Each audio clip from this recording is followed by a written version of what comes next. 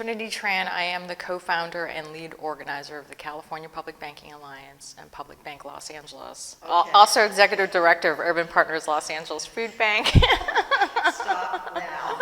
So we're here because LA is in the process of establishing a municipally owned bank.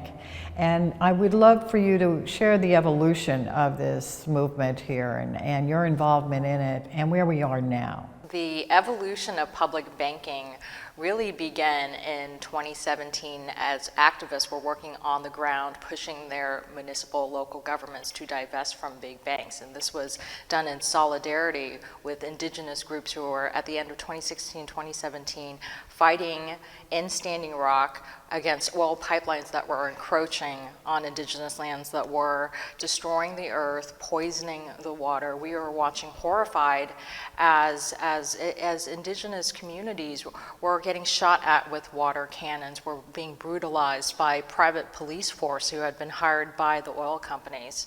So in solidarity with what we were witnessing, activists in cities like Seattle and Los Angeles expanded the front lines and took the fight to our local governments and said, by virtue of these banks who are financing these oil pipelines, banking with our city, we were in essence funding the destruction of communities and the planet.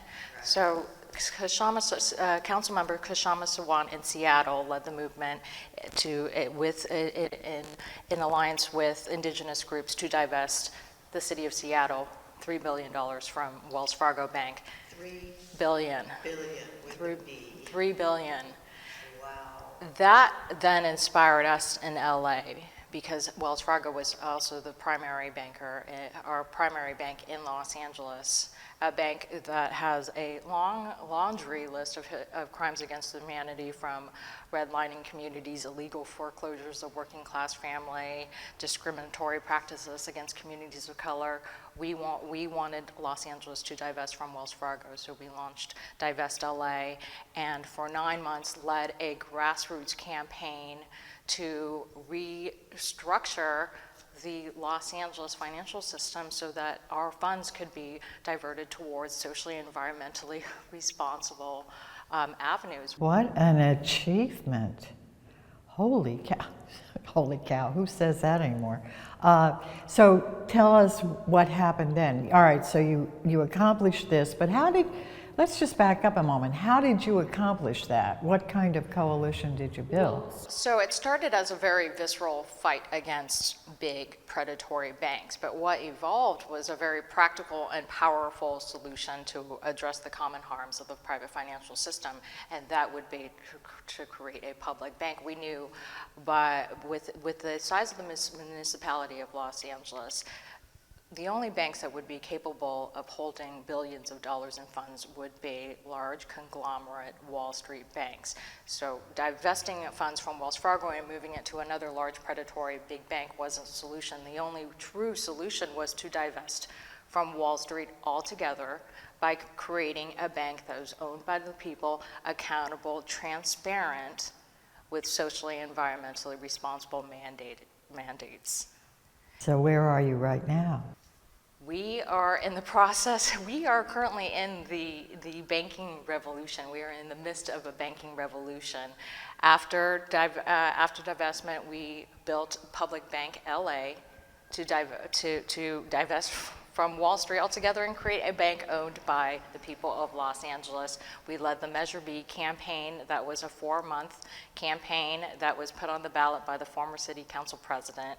We had 4 months without infrastructure, without any real funding, to lead a citywide ballot measure campaign that was the first voter referendum in the nation asking for voter approval to take the next steps to create a local public bank. We were close. We had 4 months, less than a tenth of the budget that it typically takes to win in the city of Los Angeles. We got 430,000 Angelenos to voice their support for a public bank. 430,000 people voting yes to take the next steps on a public bank. Even though we lost that, we knew that we had momentum. Right after our loss on that ballot measure, we pivoted, built a statewide coalition, 10 cities, activists and advocates in 10 cities in California, built the California Public Banking Alliance, introduced a state bill that would streamline the process.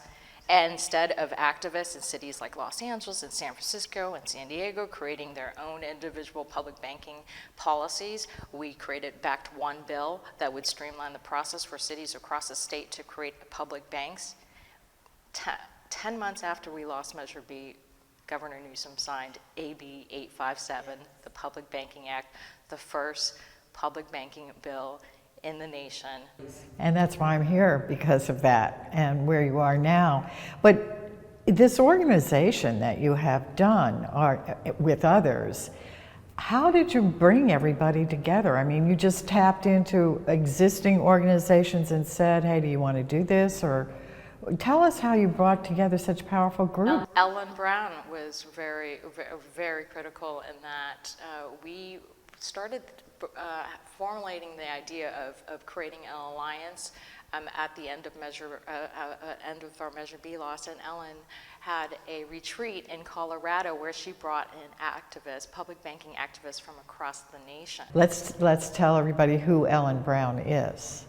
Ellen Brown is the godmother of public banking. Right. She's the founder of the Public Banking Institute, author of many books, including Web of Debt. Okay, so she held a gathering of public banking activists. She flew us out from California. She had activists from across the nation convene at this retreat in Colorado. And at that retreat, we introduced the idea of bringing on an alliance in California, because the movement was so active in California. Coming out of the divestment movements, where activists in Oakland and San Francisco were already pivoting their local governments to focus on finance and how transformative finance was. So the next evolution was to create a public banking movement. So we formed the California Public Banking Alliance at that retreat. Wow, and then came home. And started pounding the war drums. We wrote the AB 857 public banking bill. The legislative strategy was to make it a very lightweight bill so that it would be politically, we could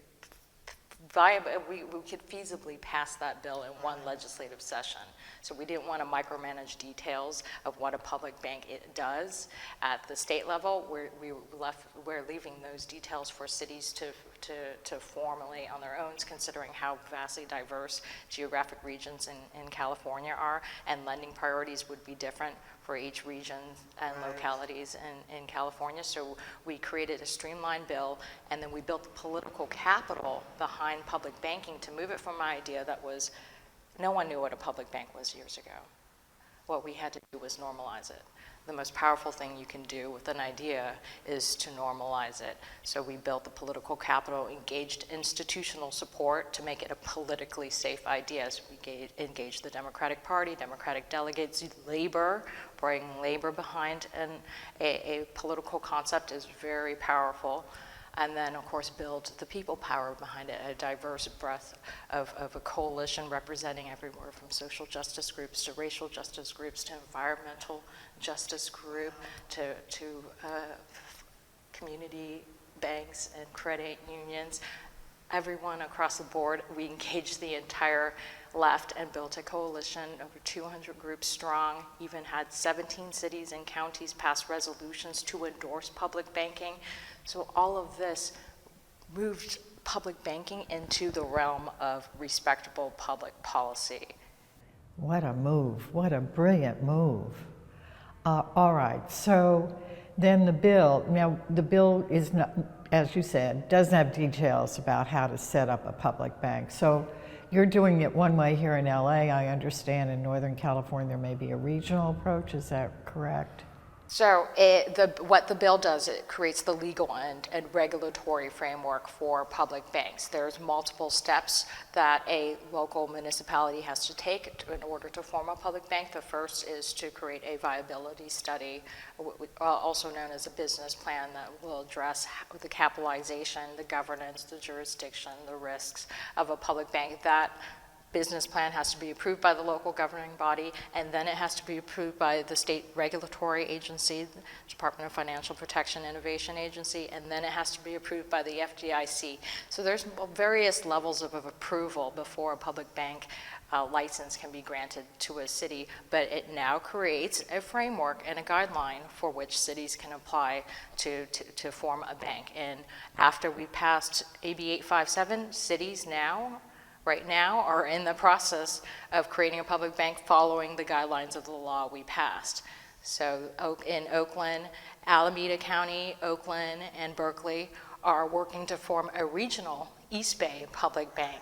Central Coast cities, including Santa Barbara, Santa Cruz, they are teaming up with 9 counties and cities to create a regional Central Coast public bank. San Francisco just created their task force, their public bank task force, and will be working on a business plan. Here in Los Angeles, our motion to create a public bank passed the Economic and Jobs Development Committee in May. We are right now expecting it unanimously. We're expecting it to be scheduled for a vote in the full council. Once that vote is scheduled, then that green lights the next step is for the city to issue an RFP to hire a consultant to write the business plan. That is terrific. And how optimistic are you that this is going to go according to the time frame you're talking about? I did read about the fact you did pass it with the Economic and Jobs Council Development Committee. and that you were going to get it before the full group. But when do you really expect that to happen, and how do you expect it to go? We're putting the right political pressure in play right now to have it happen soon. Just 2 nights ago, the Los Angeles County Democratic Party, which is the largest Democratic governing body in all of the nation, represents 3 million Democrats, voted 94-1 to endorse the Los Angeles Public Bank.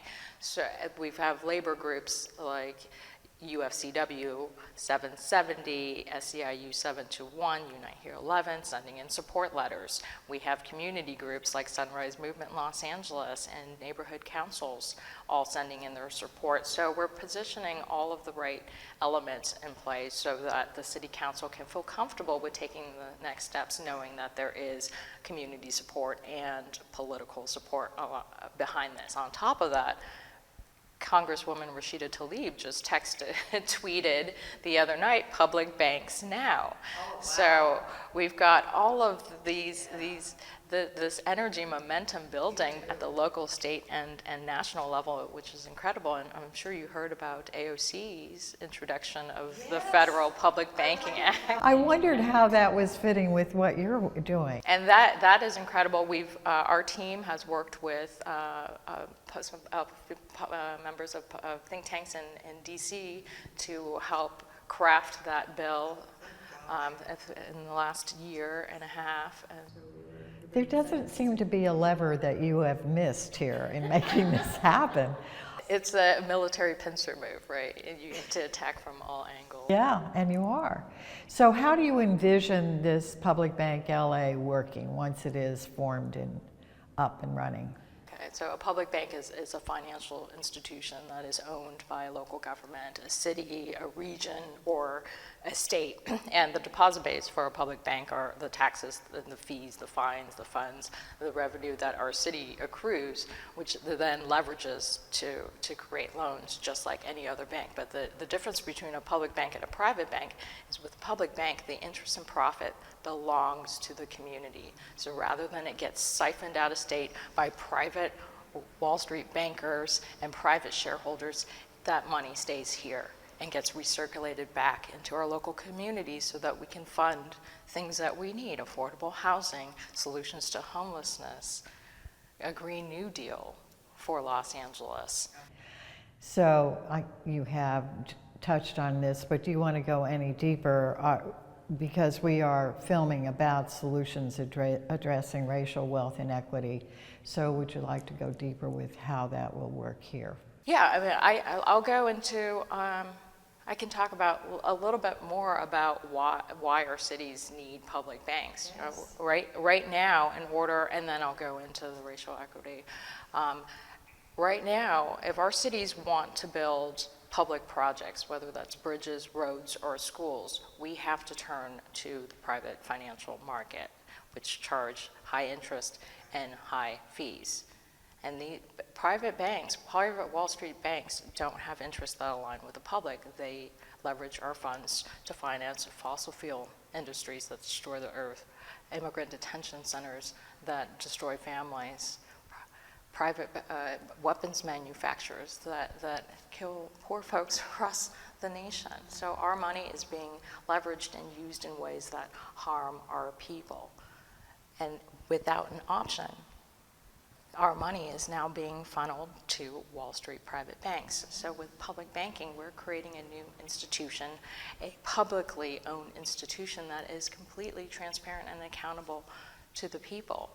And you look at in the last 20 years, private Wall Street banks have been penalized with nearly 400 legal actions, $200 billion in fines that disproportionately affect low-income communities of color. There is a long history of redlining and reverse redlining and harmful practices against people of the color. During the pandemic, we saw that unfolding when the government was trying to put money into the accounts of people, but poor people don't have bank accounts. In this nation, 1 out of 4 people don't have access to a bank account or adequate access to a banking or a checking account, and they have to turn to predatory payday lenders and check cashers who gouge poor people for the little pay that they have. So we have to create a system with baked-in equity. 20% of loans, white people are guaranteed 20% more loans than black families. During the pandemic, 40% of black-owned businesses closed their doors because banks were giving lending priorities to businesses they already had established relationships with. So it is critical that we create a new system that puts power into the hands of the people, that's not based on inequity or extraction, that's truly based on human needs and racial equity. Very, very well put. Let me ask one more question then about the opposition you faced and how you took them down. Yeah, this was a bottom-up fight. This was a grassroots bottom-up fight, unfunded, going against one of the most powerful industry in the world, and we won. So we had to be very strategic in our focus. We knew we had, from the bill's introduction to Governor Newsom's signature, that was 9 months to move through 3 committees in the Assembly and the Assembly floor, 3 committees in the Senate and the Senate floor, and then back into the Assembly for a concurrence vote. So at every single point of this bill, there were multiple hurdles, 8 to 9 hurdles, from AB 857 to AB 1177, 8 to 9 hurdles where the bill could have killed. And we had, on AB 857, we had 9 financial lobby firms fighting against this bill, trying to kill this bill at every step of the way. So we knew we had to out-organize the opposition. And that's where strategic people power came in. We built a statewide lobbying force. We had constituents calling and their senators and assembly members educating them, sitting down and having conversations and trying to urge their support on this. So our lobbying force of 100 folks across the state outpowered Wall Street. They didn't think we were going to win this. What a powerful, terrific job. I am blown away with the sense of the power of the organization that you've done. You've thought of everything along the way. I don't even know what to say next, to tell you the truth, Trinity. I'm so bloody impressed. So instead, let me just ask you, is there anything more you want to say about what is being done here? I think we are in an incredible moment. I think the public ownership movement is on the rise, and we're seeing a real transition towards the consciousness to move away from the private ownership of services to public ownership, whether that is housing or healthcare or banking. These are essential services that contribute to the well-being of every member of society, and we cannot leave that at the whim of the public sector. Private developers don't have an incentive to address the basic human needs of housing or expand the access to affordable housing, just as fossil fuel producers don't have an incentive to take us to net zero carbon. We are at a pivotal moment in history to reimagine finance, to redefine finance, and reprioritize our funding, reprioritize what money can do. We can reverse the script, rewrite the rules of money, reverse the script so that money can be used to help and heal our communities rather than harm. Just one more quick question that just dawned on me. You mentioned earlier that once this passes the city council, that there'll be a request for proposals out. When do you actually expect to have a functioning LA Public Bank? So once the city council passes the motion, the city's legislative analyst, the chief legislative analyst's office has 60 days, 2 months to release that RFP and award that contract to either one consultant or various consultants. That we're imagining that it will take about a year for them to put that business plan together, because part of that process requires a community engagement process where they have to get into the community and talk to stakeholders about what the priorities and lending priorities should be, what a democratic governance structure looks like. So we made sure that the consultants would have to engage in the community to make this proposal as democratic as possible. So we imagine that's going to take about a year. Then the city council will have to approve the business plan, and then it goes to the state regulatory agency and then the FDIC. So we're a year or two out from actualizing this idea, but this hasn't been done. The only public bank in the United States is the Bank of North Dakota, and that was done 100 years ago in 1919. So this is uncharted territory. Yeah. Well, congratulations on everything you've achieved so far. I have absolutely no doubt I'll be hearing about a public bank in LA within the next 3 years for sure. Thank you so much. Thank you all, and enjoy the road trip.